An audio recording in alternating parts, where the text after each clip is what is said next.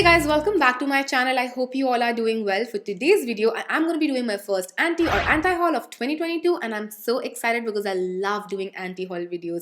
I feel like these are great warning videos as to why you shouldn't be picking up some products, because I know with all of the top 5s, the must-haves, the favorites and everything, it can become a little overwhelming. So this is like taking a step back and getting back to reality and seeing you don't need everything in life. Some products are just not meant for you. And I saw these products under the new category and I was like, wow, how do companies think of that and who is buying that? Definitely not me. I know as a beauty blogger, I should be ideally open to trying out everything in the market, but I'm also human and I have my judgments around products and I'm going to share them with you in this video. So yes, without any further ado and without making this intro any longer, if you want to know my anti-haul list for January 2022, then please keep on watching.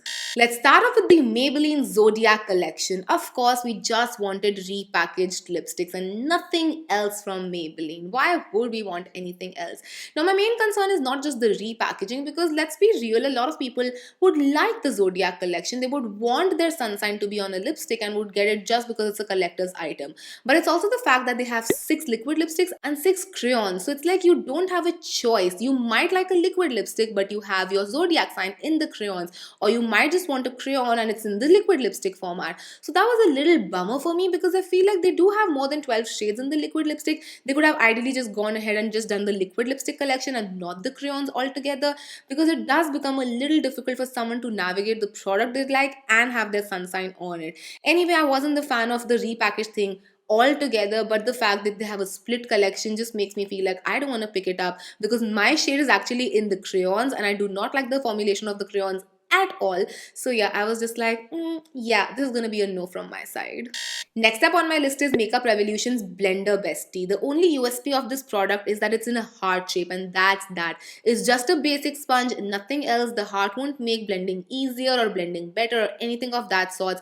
And that's why I think there's no point in picking it up, because you can't even display it. With a lot of makeup items and beautiful packaging, you can display it, but a sponge is something that can't be displayed. So it doesn't really make sense why you should be picking it up, because there are so many blenders in the market that are under the price tag that this is being sold at and do a fabulous job at blending your foundation. So there's literally no point in picking it up, because it's not going to make your makeup just blend out seamlessly with no effort or anything. It's just a basic sponge in a heart shape. It's a collector's item. It's just going to make you tingle all your heartbeats and be like, oh, that's so cute, I want it in my life. But do you really need it?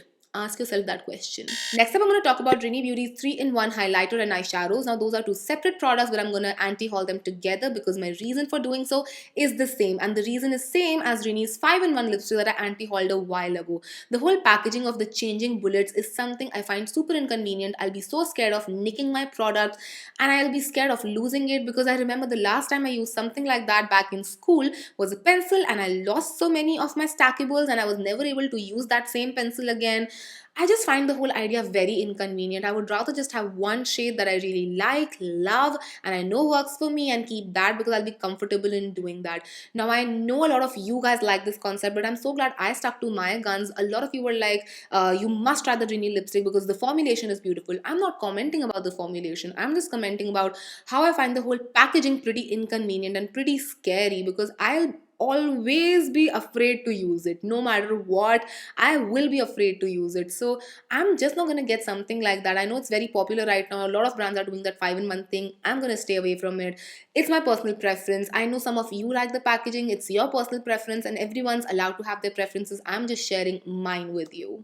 Now we're gonna talk about something so unique, so new, never done. Lakme's limited edition lipsticks. Now, I don't know why this was under the new category, because there were diyas on the packaging, so I'm guessing they were meant for Diwali. There might have been a slight delay in the launch, so that could be one reason, but we have some more shades of pinks and reds in this limited edition, never before collection.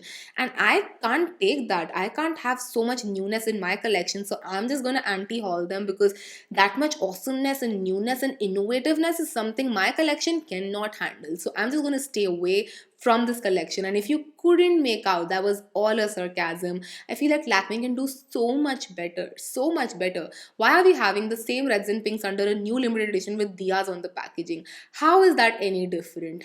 How can we have some nice value kits, or maybe newer products or something of that sorts? Maybe, I don't know. Lakme, I think you can do better. Another product I feel is slightly unnecessary is a matte lip topper, and Sugar actually launched its own. It's actually a transformer to make any lipstick matte. I feel like these products work. Yes, they do, there's no doubt, but you can get that same effect with a little bit of translucent powder and a tissue paper.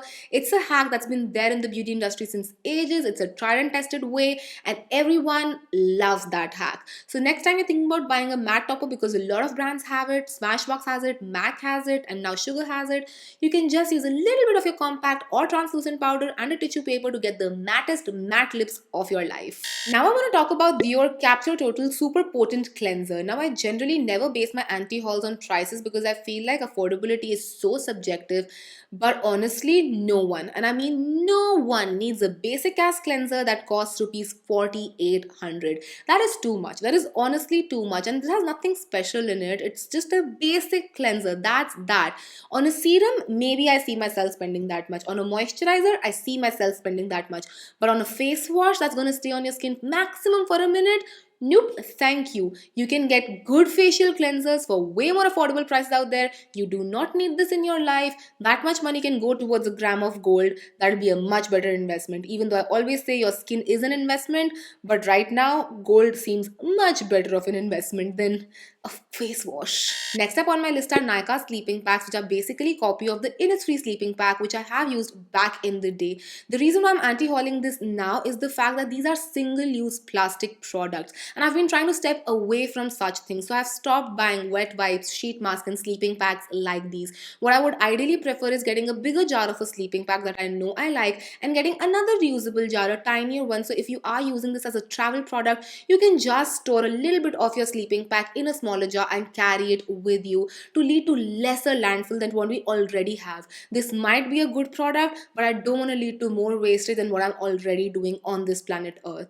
The next product I'm going to talk about is something that had great potential. It looks very promising, but the whole branding, the ideology, and everything threw me off. And it's a new brand, mind you, it's not an old brand. So we have a new entrant in the market by the name of Fairlight, and they have a face wash in the market. I'm just appalled, you guys. It's 2022 and we still have brand names like Fairlight coming up. Even if the brand wasn't conceptualized in 2022, it was conceptualized in the 21st century. So it's a no from my side. Even though the face wash in itself seemed pretty promising. It has lime caviar, which is a beautiful naturally occurring AHA, and it also has jojoba beads, which are great physical exfoliants which are non-abrasive on the skin. So it could have been a beautiful face wash that exfoliates your skin both chemically and physically at the same time.